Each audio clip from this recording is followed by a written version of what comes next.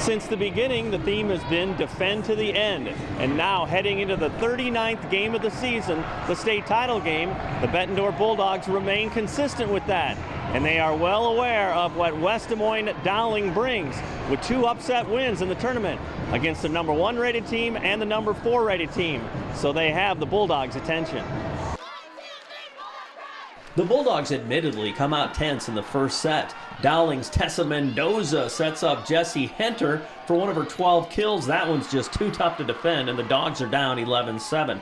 Henter continues to own the front row. It's 17-11 Maroons, but the Bulldogs battle back strong behind Anna Willie, here setting up Danielle Pennington for the hammer. Down 23-18 at one point, Bettendorf pushes back hard. Megan Sharkey to Devin Porter.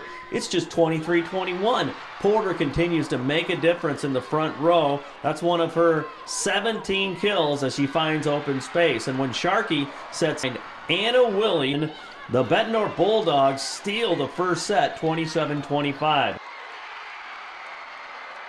In the second set, the Bulldogs play catch-up once again. The back set to Porter is down, but the Bulldogs are down 16-12. But the Maroons, they don't let this one slip away. Henter with one of her 5 blocks as they win game 2, 25-19. In the third set, it is Bulldog dominance. All-tournament team captain Anna Willie with one of her 8 blocks, and they are quickly on top. Soon after, the Bulldogs go to Pennington for one of her 11 kills, and the Dogs roll to the third set, 25-13. And it is decisive in the fourth set as well. Willie to Pennington for yet another kill. Then it is Starkey to Porter as they are getting closer and closer. Caitlin Worthington goes high for another hammer, and the lead continues to grow, and they can smell the victory. They do it all over the floor. Porter with the block here, and then she puts some power into this one, and they go on to win the fourth set, 25-20, to set off the celebration of another state title in back-to-back style.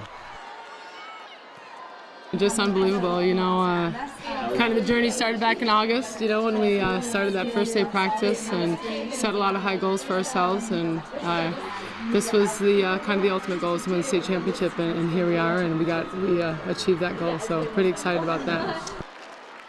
This week has been a long week with, you know, playing Tuesday, Thursday, Friday, but you know, I knew I had a tremendous amount of talent, but I think, you know, one of the things going into the season I thought was going to be the challenge is to, you know, get people in the right positions. You know, you can't make everybody happy because everybody would love to play 6 rotations on the court. And I thought the girls, you know, I kind of had an idea with the system that I wanted to run. I have so many weapons to put them in good positions, and they bought into it. And, you know, we tried something a little different in the first 2 games and then went back to what got us here. And so I was really proud of how we kept our composure on the court, and you know, our excitement, confidence, all those things. And a little bit scary in that fourth set when we had that nice lead, and the Dowling just didn't give up. And so certainly a lot of credit to them, but the girls came out and we got the job done. How fulfilling is this professionally and personally? You know, coaching is such a different monster out there that you get so close to kids, and you want the ultimate for them, and it's reserved for very few.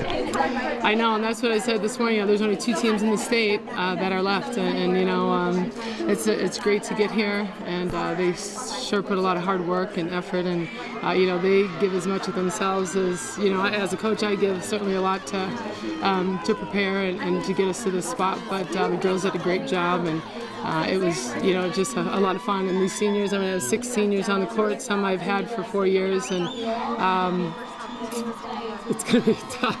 It's definitely a special year, especially just to be able to play with all these seniors since when we very first started playing, and to be able to win our last game of our season together. It's just an amazing feeling, and I'm just so proud of every single one of these girls, and so it's definitely a special year for us. We are all completely blessed. I mean, to be able to do this 2 years in a row, it's just an ecstatic feeling. The first game we did not show up and we weren't our team and how we knew how to play.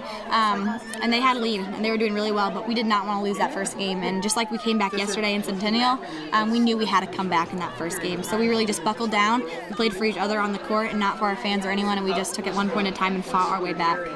Really, I mean, you see what happened at the state tournament. I mean, this whole journey, you've seen so many different looks too. I mean, how prepared were you for anything in the 39th match of the season?